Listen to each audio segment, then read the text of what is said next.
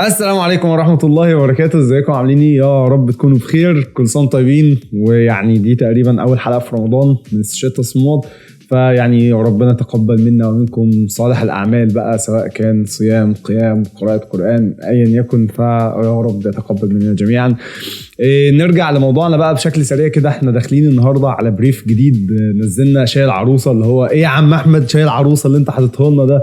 ما تسهلها علينا عشان ربنا يسهلها عليك كده. اللي هو لا، بصراحه كان ليا هدف وليا غرض من فكره ان انا اديلكم بريف عن شاي العروسه، لان شاي العروسه ملهوش شغل كتير على السوشيال ميديا، فلعل وعسى حد فيكم كان شارك في البريف دوت، ويعني تبقى بمثابه تخبيط باب كده على شاي العروسه، اللي هو يا جدعان في ديزاينرز هنا ممكن يعملوا لكم شغل كويس. فلو انت شايف ان الديزاينز اللي انت عملتها لشاي العروسه حلوه بالشكل الكافي، حطها على الفيسبوك عندك، اعمل لهم منشن، ابعت لهم على رسائل الصفحه، قول لهم انا اقدر اشتغل لكم. ادي لنفسك فرصه ان انت ممكن تاخد فرصه فعلا، يعني روح انت خد الفرصه بايديك، ما تستناش تجي لك، لا خبط انت الباب وقول له انا هو فرصتي اهيت ممكن اخدها، وربنا هيكرمك ان شاء الله ويكتب لك اللي فيه الخير اكيد يعني. فلذلك شاي العروسه كان ليه هدف، وبصراحه اللي جايين برضو هحاول يكون ليهم هدف عشان نفيدك، مش بس فكره ان انت تتحدى نفسك وتطور من نفسك اكتر، لا عشان تستفاد وتطور من نفسك في نفس الوقت. مش عايز اطول عليك يعني، بس عايزك تركز معايا قوي في فيديو النهارده. في كام كومنتس شفتهم في التصميمات بتاعتكم. اولا التصميمات كلها تحفه بجد، تسلم ايديكم. المنافسه يعني فكره ان هي اطلع ده ولا ده، اطلع ده ولا ده، كانت صعبه شويه، بس اوريدي يعني طلعنا النهارده. المفروض برضو في حوالي 9 ديزاينات النهارده هتشارك معانا. اعتقد يعني ان شاء الله هتكون فيها كميه كبيره من الاستفاده، لان انا حرفيا بجد كنت بشوف الديزاينز اللي هو انا عايز اقول ده على كذا، ده على كذا، ده على كذا، فاللي هو ايه، جت الفرصه بقى. احنا عندنا الحلقه بتاعتنا النهارده هنبدا نتكلم فيها باستفاضه عن الحاجات اللي ممكن تتظبط، فركز معايا. بالمناسبه بعد ما تخلص الحلقه دي شوف الفيديوهات اللي فاتت، لانها حرفيا هتفيدك جدا. لو انت مش عامل سبسكرايب انسى اعمل سبسكرايب، فعل زر الجرس، لان القناه كلها الحمد لله يعني الحمد لله بشهادتكم مفيده جدا، واللي جاي اكتر افاده باذن الله، لان انا مخطط لها حاجات قويه قوي قوي قوي جايه في السكه.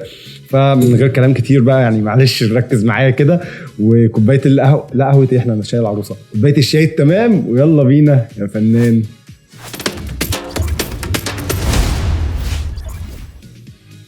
والتصميم الاولاني معانا من حسن، واللي عجبني بقى بصراحه التون اللي هو الهيزي الاصفر ده مع التون الاخضر بتاع الطبيعه، اللي هو انت دمجت ما بين الاثنين بشكل لذيذ جدا. كمان برضو لسعه الاضاءه بتاعت الشمس على الشاي، بس عندي فيها كومنت هنقوله كمان شويه. فكره ان انت اصلا خليت المنتج نفسه اكبر حاجه في التصميم، دي فكره تتحسب جدا، لان انت اوريدي بتحاول تبرزه، ده المنتج بتاعي، ده اهم حاجه في التصميم، فلازم يكون كبير وواضح. فانت عملتها بشكل لذيذ كمان مع الزرع اللي قدام، فحليته وراها، فحسستني بالبعد بتاع المنتج نفسه. نقطه جميله جدا بجد، تسلم ايديك يا حسن. بس خلينا نبص على التصميم بشكل سريع ونشوفه مثلا ايه اللي ممكن يتظبط اكتر من كده. اول تعقيب عندي يا حسن بجد والله حقيقي عايزين نظبطوه مع بعض، وهو انك تراجع التصميم بعد ما تخلص. ليه بقى؟ لان احنا لو بصينا على نقطه زي كده، دي اكيد انت ما خدتش بالك منها، وتقريبا دي مش اول مره، فانت عندك مشكله انك مش بتراجع التصميم. بعد ما تخلص التصميم بص عليه، زوم ان زوم اوت، ادخل جوه التفاصيل، شوف الحاجات مثلا ده ممكن يتظبط ازاي، طب ما تيجي نجرب نحط كذا، طب ما تيجي نشيل كذا. افصل عينك عن التصميم. لو حسيت انها خلاص انت خدت على التصميم بقى، واللي هو خلاص انا مش عارف المشاكل اللي فيه، افصلها لمده 5 دقايق ولا حاجه، واروح اعمل حاجه وارجع تاني بص عليه، هتبدا تبص على المشاكل بشكل دايركت. فنقطه زي كده يعني اتمنى ان شاء الله في الديزاينز اللي بعد كده ما تنزلش فيها تاني يا حسن، ان انت تنسى حاجه مثلا لاير مشدوده ما الى ذلك. النقطه ديت انا مش مستنيها منك بعد كده ان شاء الله. كمان نقطه ان انت حاطط مثلا العصافير اللي ورا ديت، انا عارف ان انت عايز تدي امبيانت لايف ورا زي ما اتكلمنا قبل كده عن النقطه ديت، حاجه جميله ولذيذه، بس ما تبقاش ان فوكس بالشكل دوت. يعني ممكن مثلا تصغرها شويه وتخليها مثلا في الجزئيه اللي هنا ديت، بحيث ان هي تكون هيزي كده، اللي هو مدموجه في الخلفيه، انا مش عايز عليها فوكس خالص حرفيا. فدي نقطه برضو مهمه. الكونتراست بتاع التكست هنا انت عامل ابيض على فاتح، ففتح على فاتح مش باين، انا مش شايف التكست بشكل كويس. نقطه كمان هنا باللينس، انت خففت الاوباستي بتاعت اللينس، ده بيخليها شكلها فيك قوي. فعايز تعمل حاجه حته اللسعه بتاعت الشمس مثلا، او اللسعه بتاعت الاضاءه على المنتج، ما تخففش الاوباستي خالص، امسح منها من الجنب لكن ما تخففش الاوباستي. ونقطه كمان واللي هي اهم نقطه، واللي غالبا كل اللي شاركوا وقعوا فيها، وهي التعبير عن البريف. انت دلوقتي التي او في بتاعك اكتشف طعم الفخامه مع شاي العروسه، فانت المفروض تعبر عن الفخامه، الكلمه نفسها مميزه، فخامه. ايه اللي يعبر عن الفخامه؟ مثلا تكون ملك، حاجه بتمزج. فانا عارف ان انت ممكن تكون رحت شويه لحته الزرع والطبيعه وان انت كده دماغك بقى متمزجه، وهي بتختلف من شخص للتاني، بس اعتقد ان انت كان ممكن توظفها بشكل احسن من كده، ان انت تطلع تصميم بيعبر عن الفخامه اكتر. بس انت التصميم بجد لذيذ وتسلم ايدك يا حسن. والتصميم اللي بعد كده معانا من محمد هشام، واللي هو انا بستنى تصميماتك يا محمد، خلاص الموضوع بالنسبه لي بقى منتهي. يعني ما شاء الله بجد التصميم عجبني. فكره ان انت عايز تعبر عن اكتشاف بقى والغموض، وخليت كوبايه الشاي او سوري علبه الشاي نفسها غامقه كده ومظلمه، وفي عدسه مكبره بتقعد تستكشف في الكوبايه عشان تستكشف بقى فعلا طعم الفخامه. الفكره تحفه جدا وتسلم ايدك حرفيا على الفكره جميله. عندي كام كومنتس كده نظبطوهم مع بعض كده، انت عارف يعني اللي هي الكومنتس اللذيذه بتاعتنا. اول حاجه فكره ان انت مثلا عملت كوبايه، يعني اللوجو نفسه بتاع شاي العروسه موجود، وهو اوريدي موجود هنا، يعني انت فاهم هو متكرر. فانا عارف ان هو برضو ما كان شكله مش احسن حاجه كلوجو، يعني ممكن نستغنى عن المكان اللي فوق ده ونكتفي بس بوجود اللوجو نفسه في العلبه نفسها.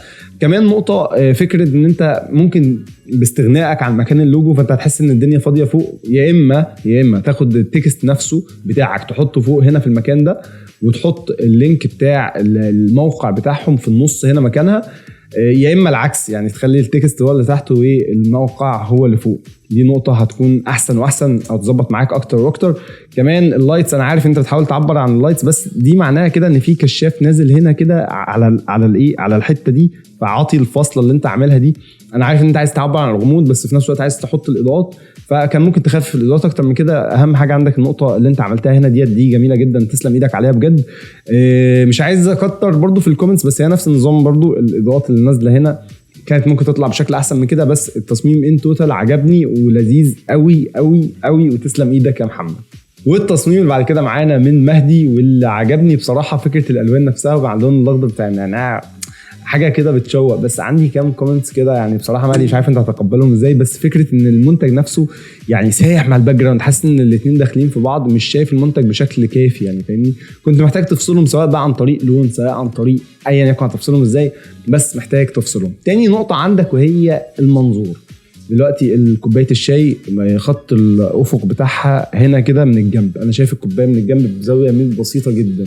لكن لو بصينا مثلا للكوبايه للباكو نفسه بتاع الشاي، بص كده هتلاقي نفسك شايف السطح من فوق، معنى كده ان هو متصور من فوق مش من الجنب، يعني خط الافق نفسه تحت تمام. فانا شايف ايه الجزء اللي فوق، فانت كنت محتاج تجيب منظور يكون مناسب، او ان انت تعدل على باكو الشاي نفسه بحيث ان هو يطلع مناسب لكوبايه الشاي او مج الشاي اللي انت حاطه. لكن ان توتال التصميم بجد حبيته وتسلم ايديك يعني. بس ركز في حته المنظور ديت، الشادوز بتاعتك لذيذه، الالوان برضو لذيذه، حاول تدي الكونتراست مع المنظور، اهتم بالنقطتين دول يا مهدي. بس ان توتال تسلم ايديك والله ينور يا مهدي. والتصميم اللي بعد كده معانا من احمد الشواتفي، واللي هو احييك يا ابو حميد بجد، احييك جدا على الفكره ديت ان انت بدات تعبر عن الفخامه بشكل ما، زي ان انت تجيب مثلا التاج بتاع الملك وتحطه على علبه الشاي نفسها. تسلم ايدك بجد، كفو عليك، التصميم لذيذ جدا. عندي بس كام كومنتس كده انت عارف اللي هم بيظبطوا الدنيا دول. اول نقطه، انت مش محتاج ان انت تبين القصر اللي ورا، كفايه ان انت عبرت بالكرسي بتاع الملك، فالتفاصيل اللي ورا دي كانت محتاجه انها تختفي شويه اكتر من كده، ما كنتش عايز اشوفهم خالص بجد اللي ورا دول. تاني حاجه فكره الكونتراست، انا بحاول اكون سريع عشان رمضان وكده، انا عارف ان انتوا كنتوا ناس لسه طالعه من صيام، فيعني عايزين حاجه تكون في السريع كده منه. بعد ان شاء الله رمضان هتلاقي الحاجات بقى ايه واخدينها باستفاضه اكتر واكتر، بس هو اوريدي انا بنطلع المشاكل الرئيسيه في التصميم يعني. فكره الكونتراست الاحمر، الشريط الاحمر ده انا حاسس ان هو سايح قوي مع الباك جراوند، حسيت ان انت محتاج تفصله اكتر سواء باضاءات سواء بلون يعني يكون بالطريقه اللي انت هتفصله بيها. برضو انك انت تبلند اصلا التكست هنا مع الشريطه نفسها، فاهمني ان هو اصلا يكون داخل يكون فيه شادوهات مثلا على التكست، بما انك ان انت حاولت اصلا تبلندها بالوورب مثلا. كمل جميلك بالبلند اف باي اداه ممكن تساعدك ان انت تبلندها اكتر من كده. وجود اللوجو هنا ما حسسنيش ان هو حاجه شاذه او حاجه صعبه زي يمكن بقيه التصميمات، بس لا بجد وجود اللوجو كان لذيذ ومش عندي اي تعقيب عليه، مكانه حلو وتسلم ايدك، عرفت توظفه بشكل كويس. ممكن الشادوز والهايلايتس يعني ما حسيتهمش بصراحه، كان ممكن تظبطهم اكتر يعني. حدد الاول مصدر اضاءتك رايح فين، فانا شايف ان مصدر الاضاءه جاي مثلا من قدام بناء على ان انت رامي الشادو في الارض على ورا، نفس النظام هنا الشادوز كلها رايحه للاتجاه ده كده، انت رايح على ورا، فعظيم جدا ما شاء الله حلو. انت بقى دلوقتي ازاي في شادو جاي هنا بناء على ان في اصلا نور جاي من قدام، فمش هيبقى في شادو هنا، هيبقى بس كونتاكت شادو كده وخلاص. يعني مش هتحتاج ان انت تغمق من قدام، ممكن برضو ايه شويه كونتاكت شادو ايه في الجنب ده كده والجنب ده وخلاص. يعني ده كده كونتاكت شادو اللي هو ايه بالظبط لازق في الحاجه عشان يحسسني ان الحاجه ديت مطبقه على بعضها. كان ممكن برضو تعمل ايه شويه شغل في العلبه نفسها ان انت تحسسني ان هي مش داخله بميل كده، تبقى قاعده على الكرسي او مستقره على الكرسي، كانت هتبقى احلى واحلى. برضو الشادوز هو بس الفكره ان انت حدد مصدر اضاءتك. انت عامل فوكس على الشاي بفكره جميله جدا وتسلم ايدك بجد، بس ركز على النقطه اللي قلت لك عليها وهي الشادوز والهايلايتس، دي هتظبط معاك الدنيا باذن الله. وفكره ان انت تعمل يعني تضبب اكتر شويه الباك جراوند. انا مش عايز ابص على التفاصيل بتاعتها، سوري، مش عايز ابص على التفاصيل اللي ورا ديت، ادي لها بلور اكتر من كده، ما تبينهاش، خلي الفوكس على الشاي وما تبينهاش مش لدرجه ان انت تخليها بلور لدرجه انها ممسوحه، يعني لا بلور كده زي ما انت عامل كده ايه للسقف كده، زوده برضو ايه لتحت. لو انت عامل تلت شيفت ولا حاجه قربه اكتر من كده من الكرسي بحيث ان انا عينيا تروح اكتر على الكرسي. وكده كده اوريدي انا شايف الباك جراوند ومتخيلها وان ده قصر وكده، لكن تسلم ايدك بجد، التصميم حبيته قوي وشكرا ليك على مشاركتك الجميله ديت بجد. والتصميم اللي بعد كده معانا من ميسره سامي، واللي شاركت معانا في البريف اللي فات، انا فاكر مش ناسي متاكد من النقطه ديت، فتسلم ايدك يا ميسره. الميسره هنا حاولت تدمج ما بين الكولاج ارت وشغل السوشيال ميديا في نفس الوقت، فالموضوع في اللذيذ جدا. عجبني قوي برضو فكره فنجان الشاي اللي انت عملتيه في التكست هنا. يمكن ما عجبنيش قوي الفونت، بس يعني انا عارف ان ده فونت شاي العروسه طبيعي احنا كلنا مش عاجبنا الفونت، خلاص خير مفيش مشكله. اتمنى شاي العروسه يعني نداء مني لشاي العروسه، حاولوا تعملوا ريبراندنج عشان هتفرق معاكم جدا. انا عارف ان انتوا اتشهرتوا بالبراند ده، بس يعني اعتقد لو عملتوا ريبراندنج مع الكواليتي اللي انتوا اصلا اوريدي بتقدموها فمش هتحصل مشاكل كتير. انا عارف ان هو برضو نقطه ان انت ممكن البراند يقع بسبب حته ان انت تعمل ريبراند زي ما حصل مع براندات كبيره جدا، بس اعتقد شاي العروسه انت مش محتاج تعتمد على شكل العلبه على قد الكواليتي انت بتقدمها، واللي المصريين كلها بيشتروها عشان هم عارفين شاي العروسه، فمش هتخسر حاجه. انت مش براند عالمي قوي، انت براند محلي والناس كلها بتحب الشاي بتاعك. نداء مني واستغاثه غيروا البراند ايدنتي بتاعتكم بالله عليكم. بس نرجع بشكل سريع لموضوعنا.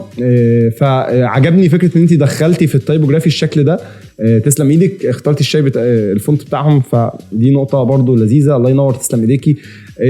بس فكره ان انت ما حسستنيش، طبعا انت بتعتمدي على كولاج ارت، فانا مش عارف انتقد ان از ارت مثلا دي ارت، فده سوشيال ميديا، كنت محتاج ان انا احس ان الحاجه دي واقفه على الارضيه فعلا، لان انت اوريدي حاطه هنا شادوهات.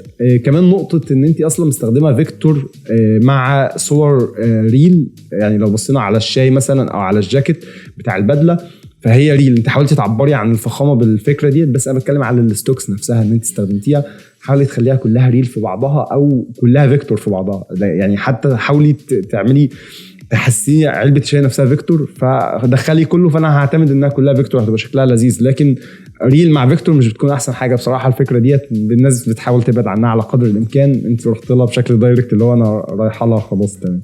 برضو فكره ان انت وظفتي اللوجو بشكل لذيذ، برضو مكانه كويس، التصميم مريح للعين بجد. تسلم ايدك يا ميسره، ومستني منك برضو مشاركاتك في البريف اللي جاي. والتصميم اللي بعد كده معانا من احمد اشرف، اللي هو ايه الجمال والدلال ده. يعني اكتشف طعم الفخامه مع شاي العروسه، عملتها بتوزيعه كده مش بالشكل التقليدي اللي احنا متعودين عليه. يمكن عندي مشاكل بس في الالوان، يمكن انت رحت لها ورحت اللون الاصفر اللي هو دي ساتوريتد شويه مع شاي العروسه مش باينه، دي نقطه برضو مهمه. في تفاصيل ما شاء الله بجد، يعني انت نزلت ورق شجر على يعني الباكت بتاع الشاي نفسه، دي نقطه شكلها لذيذ، بس ورق الشجر صغير شويه، حسيته ان هو صغير شويتين، محتاج يكبر اكتر من كده لو انت عايز فعلا تحاكي فكره تساقط ورق الشجر اللي نازل من السماء عليها. فهي فكره جميله جدا، بس حكيها النسب لازم تكون مهمه برضه. فكره نخش بقى دايركت، يعني برضو فكره القص هنا بتاع الشادو، يعني الشادو ده بناء على لايتس. طب هنا اصلا الدنيا ضلمه، فالمفروض كل ده هيكون ضلمه، انت مغمقها قوي بصراحه بشكل بزياده شويه. برضو فكره ان انت حاطط هنا الشادوز على العلبه وهنا منور، يعني في تضاد ما بين الاثنين. المفروض يعني في شادو على العلبه ففي شادو على الارض، العلبه منوره فمفيش شادو على الارض، انت فاهم الكونسبت ديت. فمهتم بنقطه زي كده برضو تكون بشكل مهم. المنظور بتاع الترابيزه مع المنظور بتاع العلبه، يعني هو نوعا ما، بس العلبه محتاجه ايه الجزء اللي ورا ده ينزل لتحت شويه، اشتغل عليه برضو، كان المفروض يطلع احسن من كده. قصك للازاز حاول تهتم بيه، الناس ما شاء الله عملت قص ازاز برضو لذيذ، فبرضو كان المفروض تحكيه او احسن من كده. في نقطه انا ما فهمتهاش بصراحه، وهي الشادو اللي نازل على علبه الشاي ده. طب ده نازل منين يعني؟ ده يعني لو ده الشادو بتاع الشمس اللي نازل من الشمس، فانا حسيت ان ده الشادو ده حاجه موجوده هنا، يعني معلش حاجه موجوده هنا كده وفي لايت نازل هنا فعامل عليها الشادو ده، انت فاهمني؟ لان هو شادو مستطيل كده. فالنقطه دي برضو ما فهمتهاش يا ابو حميد بجد. يعني كان ممكن المفروض ان انت تجسم لي العلبه، ان انت مثلا تغمق كده الاجزاء اللي هنا ده كده، ده يتغمق وده يتغمق بجريد كده، بحيث ان انت تمسح من هنا مثلا الجزئيه دي. وبرضو العلبه نفس النظام، لو اللايتس جاي من هنا فانت الشادو ده بقى هيكمل معاك لهنا كده، وابدا امسح من الجزئيه ديت كده، امسح من هنا بعد ما تكون غمقت العلبه كلها. فركز على الحاجات دي، تابع استشارة تصميمات لان احنا اتكلمنا في النقط دي قبل كده، اعتقد هتفيدك كتير. برضو فكره اختيار اللون نفسه او تنسيق يعني انت اخترت الفونت بشكل لذيذ جدا بجد، تسلم ايديك، بس تنسيق الفونت مع شاي العروسه مش باين، اللون نفسه فاتح في فاتح، ما حسيتوش اصلا، مش ريليتد لشاي العروسه. فيعني اعتقد ان انت ممكن تصلح حاجه احسن واحسن. احنا مش بنشتغل مانيبيليشن على قد ما احنا بنشتغل على ان المنتج نفسه يطلع احسن حاجه، فاهتم بالنقطه ديت، انت تطلع المنتج بتاعك في احسن شكل وبالشكل اللي يوصل لك يعني التي او في بتاعك، او يوصل لك البريف بتاعك بشكل صح وجميل. بس ان توتال التصميم حرفيا لذيذ وجميل، بس انت محتاج بس تزود شويه حاجات كده، فكره ان انت تظبط الاضاءات والشادوز، حاول تهتم بالنقطه دي حاليا. البرسبكتيف مش قوي يعني، انت ظبطته نوعا ما بشكل لذيذ، برضو الكوبايه مش ماشيه مع يعني النقط دي هتتظبط معاك بالوقت، بس ركز على فكره الشادوز والهايلايتس لان دي هتفرق معاك بشكل ملحوظ بشكل سريع في نفس الوقت. ان توتال تصميم لذيذ، تسلم ايدك يا ابو حميد. والتصميم بعد كده معانا من ميرنا بجد انت ابدعتي في التصميم ده، انا حبيته قوي بجد. فكره ان انت يعني الالوان نفسها، توظيف الالوان كانت جميله جدا. طبيعي احنا عندنا كومنتس هتظبط التصميم اكتر، بس يعني التصميم شدني بصراحه، الوانه عجبتني، والشادوز اللي انت عاملاها حقيقي بجد برافو يعني بجد. الكونتاكت شادو مع الشادو المحيطي اللي انت عاملاه على حتى الشاي برضو بالنعومه اللي انت ظبطها، انت عامله تصميم تحفه، تسلم ايديكي بجد بجد. انا بحس كده ان انت يعني في ناس بتستفاد، فالنقطه دي بتعجبني قوي، بفرح بيها جدا، فربنا يعني يجعلني سبب في افاده الكل ان شاء الله. خلينا نخش في نقاط اساسيه ناخدها من فوق لتحت. مثلا المكان هنا مش احسن حاجه، كان ممكن يتظبط اكتر من كده. ده لو شادو يعني زي هنا كده مثلا شادو الزرع او حاجه، فمحتاج تعملي له جوجيان بلور، او ان هو يكون هيزي كده، بحيث ان هو ده شادو مش بيكون شارب، يعني بيكون شارب كده في حاله الليزر زي ما قلنا، لكن هو على حيطه وفي مصدر اضاءه جاي من بعيد ايا يكن قوته، برضو لازم يكون فيه بلور للشادو، ما بيكونش هارش كده بالشكل القوي دوت. كمان جزئيه التكست، واللي هي انت محتاجه هنا ان انت تبيني لي كلمه الفخامه، اكتشف طعم الفخامه مع شاي العروسه. برضو احنا يعني مش هنخش نتطرق لنقطه ان انت تعبري عن الفخامه، انت عملت تصميم شكله لذيذ، هارد سيل منتج زي شاي العروسه، فكفو عليكي، تسلم ايديكي، تصميم لذيذ. فكره ان انت دلوقتي ركزتي في التكست على كلمه الفخامه. طب انت عامله مثلا الاحمر بدروب شادو كده ابيض، شكله لذيذ جدا وحبيته قوي بجد. الفخامه ممكن كنت تعمليها بولد مثلا، تخينه كده عشان تحس فخامه، فاهمه؟ انا بحاول احاكي الكلام نفسه بشكل ما، بس يعني فعلا الفخامه كانت محتاجه تبان اكتر من كده، تتخن اكتر من كده. كان ممكن تعمل لها مثلا دروب شادو احمر مثلا، او تعمل لها ستروك. في افكار كتير ممكن تبرزي بيها كلمه الفخامه. في نقطه انا يعني هنتقدك فيها وهبرر لك فيها في نفس الوقت، النقطه ديت، وهي البرسبكتيف. انت دلوقتي هنا مثلا خط الافق يعني جاي من فوق تمام، هنا جاي من فوق بزاويه ميل، هنا جاي من فوق خالص، يعني اللي هو فانا حسيت ان في تدرج كده، وفي نفس الوقت انت مش عامله تيكتشر للارضيه، يعني الارضيه سوليد فمش باين منظور للارضيه، فداخله في بعضها، زيتنا في دقيقنا. تمام، ما عنديش مشكله، مش هنتقد النقطه دي خالص، يعني انا متقبلها، وبجد شدوات تشفع لك اي حاجه ممكن تحصل في التصميم ده. برضو دي هنا مفيش كونتراست، فركزي بس على نقطه الكونتراست، ونقطه ان انت الحاجات اللي بتكون زي كده بتكون بلورد. بس ان توتال تصميم جميل جدا يا ميرنا، وتسلم ايديكي. والتصميم اللي بعد كده معانا من يوسف، حبيت قوي تصميم يوسف بجد، يعني حاجه كده تحس واحد كده تعبان على التصميم ده، طلع عينه فيه، فلا بجد احييك على التصميم فكرته لذيذه قوي. بس يعني هو انت برضه عبرت عن الشاي نفسه في الجو الطبيعه از everyone، يعني everyone كلهم فكروا بنفس الفكره، فكنا محتاجين نعبر اكتر عن الفخامه. مش هقول لك نفس الكومنت بقى، احنا قلنا كتير. برضه قصك للازاز، حبيت قوي ان انت بينت الشاي كانه بجد مقصوص بشكل حلو نوعا ما، لذيذ قوي، تسلم ايديك. عندي كام كومنت كده يعني كتسويق، مش كفيجوال في جمال حاصل. ممكن برضه اقول لك على كومنت في الفيجوال، بس يعني كتسويق اهم حاجه عندك المنتج بتاع الشاي اللي هو هنا ده اوريدي، ده اهم نقطه عندك. تمام عظيم. لازم يكون اكبر حاجه عندك في التصميم، زي ما انا مزوم ان كده، يعني شفت الزوم ان اللي انا عامله ده بالظبط اللي انا بتكلم عليه. فانت في التصميم هنا كان المفروض يكون زي ما ميرنا كانت عاملاه مثلا في التصميم اللي قبلك، المفروض يكون حاجه كده ايه واضحه موجوده قدامي. دي اهم حاجه عندي. برضو النسب ما بين كوبايه يعني كوبايه الشاي وعلبه الشاي نفسها، يعني اظن دي كده قد الصباع بالشكل اللي انا شايفه بالنسبه للعلبه، فدي قد الصباع. فكنت محتاج ان انت تحكيها برضو بشكل كويس، حتى لو مش ريل قوي يعني، بس كان ممكن تكبر مثلا فنجان الشاي مع البراد بتاعه اللي هو فيه الشاي بالنسبه، يعني قربوا شويه حتى من حجم العلبه نفسها. العلبه نفسها اصلا بتكون قد الفنجان، فانت كنت محتاج تكبرها قوي. فانت يمكن الحته دي فلتت منك شويه. محتاج المنتج نفسه يكون كبير، مش لازم يكون الفوكس على التكست قوي، بس التكست يكون مقري. فكان ممكن تقسمه برضو على سطرين كده في النص هنا، وتكبر المنتج شويه، تكبر الجزء ده، وكان برضو تصميمه هيحافظ على جماله. نقطه مهمه في الفيجوال وهي الشادو نازل ايه كده، معنى كده ان الاضاءه جايه كده، يعني لو خدناها جايه كده مش جايه من هنا. فانت اللينس ده كنت تدور على لينس تاني جاي من الزاويه ديت، كان هيكون افضل من ان هو يكون جاي من الزاويه دي. لكن الموضوع مش ملحوظ قوي. برضو الشادوز اللي نازله على العلبه نفسها كان محتاجه انها تتظبط بناء على مصدر الاضاءه. حدد مصدر اضاءتك فين وتوكل على الله في الموضوع. نصيحه ليك، تابع اكتر في التسويق، هيظبط معاك الدنيا جدا. وتسلم ايدك بجد يا يوسف. خش عليا بقلب جامد بقى. ايه الجمال والدلال ده، ما شاء الله بجد. لا حبيت قوي التصميم بجد يا فادي عمل عظمه بجد. التصميم لذيذ قوي. فكره ان انت جبت الترابيزه الجو بالالوان بالاضاءات، الموضوع شكله جميل قوي. حبيت جدا جدا جدا يا فادي، وتسلم ايديك.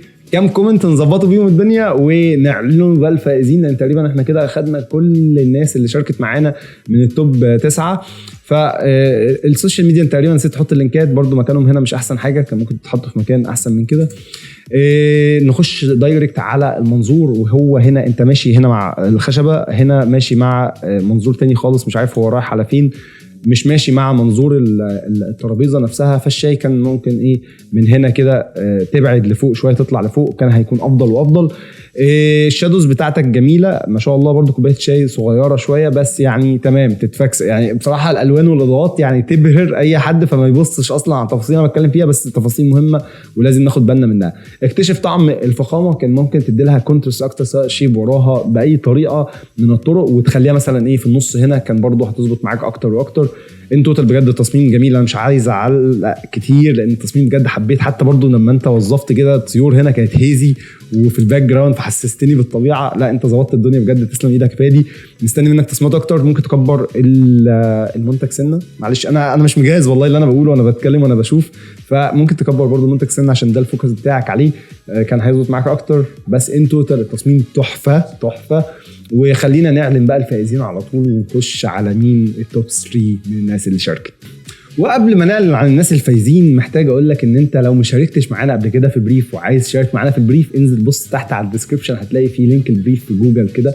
يعني هتلاقي بريف ظريف وخفيف ان شاء الله. انا بحاول اجيب حاجات تفيدك وحاجات تطور منك، فتحدى نفسك قبل ما تحدى غيرك. وعايزك تطلع توب 1 مش توب 3، يعني مش من التوب 3 بس، انت عايزك تطلع انت التوب 1.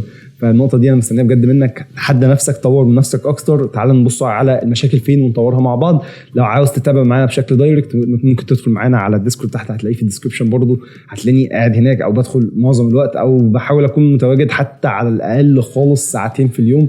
انزل بص على الديسكورد. برضو لو عايز تخش معانا على التليجرام تتابع اخر الاخبار برضو مفيش مشكله، هتلاقيه موجود اللينك تحت في الديسكربشن. ركز معايا جدا بجد. التصميمات اللي اتبعتت حلوه، مش معنى ان انت تصميمك ما طلعش ان كده لا تصميمك وحش يا نهار ابيض انت ازاي تعمل التصميم ده، لا خالص بجد والله. التصميمات كلها اصلا يعني كلها حلوه، بس احنا معانا محكومين ب9 ديزاينات، فمش هينفع ناخد كل اللي اتبعت لان العدد بيكون كبير بجد حقيقي. فاخدنا بس توب 9 واخدنا التوب 3 اللي هنعلنوا عنهم دلوقتي. واللي حصل معانا على المركز الثالث هو احمد الشواتفي، واللي هو بجد حقيقي حبيت قوي التصميم بتاع التاج كده والقصر اللي هو موجود فيه الشاي والفخامه اللي انت عبرت عنها. بجد تسلم ايدك وكفو عليك يا احمد، ومستني منك تصميمات اكتر. واللي حصل معانا على التوب 2، واللي هو يعني حد كده ايه بيشارك معانا كتير، بيحب قوي اشوف تصميماته اللي بيشارك معانا فيها، بجد حقيقي حاجات جميله قوي. فيا ترى مين اللي طلع معانا توب 2؟ يا ترى مين؟ فكروا معانا كده. طلع معانا التوب 2 محمد هشام، واللي بجد حقيقي تسلم ايدك على الديزاين استكشاف، وان انت ازاي تستكشف طعم الفخامه في شاي العروسه. كفو عليك يا محمد وتسلم ايدك بجد. تصميم حبيته قوي قوي قوي، مستني منك تصميماتك اللي جايه كلها باذن الله. ونيجي عند اهم واحد واللي هو قفل اللعبه النهارده واخد التوب 1. مين تفتكروا في وسط التصميمات اللي عرضناها النهارده يكون اخد التوب 1؟ مش عارف انت توقعتها ولا لا، بس خلينا صادقين مع بعض. انا هصدقكم في الكومنتس. اكتب كده تحت قبل ما تكمل، يعني وقف الفيديو انزل اكتب في الكومنتس انا متوقع فلان، ونشوفه هو ولا لا. بس ما تمسحش الكومنت لو هو مش مظبوط، وانا هخش اقول لك حظ اوفر عادي مفيش مشكله. يا ترى مين اللي حصل على المركز الاول؟ واللي حصل معانا على المركز الاول هو فادي. تسلم ايدك بجد حقيقه فادي، تصميم تحفه قوي قوي قوي. كفو عليك وشابوه بجد. انا مستني منك تصميمات اكتر في الفتره اللي جايه، مستني منك ان انت تركز على الاخطاء وتظبطها بشكل سريع. وحقيقي بجد التصميم عجبني قوي. بس كده يا صديقي وصلنا لنهايه الحلقه. لو انت لسه مشتركتش انزل اعمل سبسكرايب، فعل زر الجرس، خش معانا على الديسكورد وتابع معانا على التليجرام. اشوفك على خير في الحلقات اللي جايه من استشارة تصميمات، والسلام عليكم ورحمه الله وبركاته.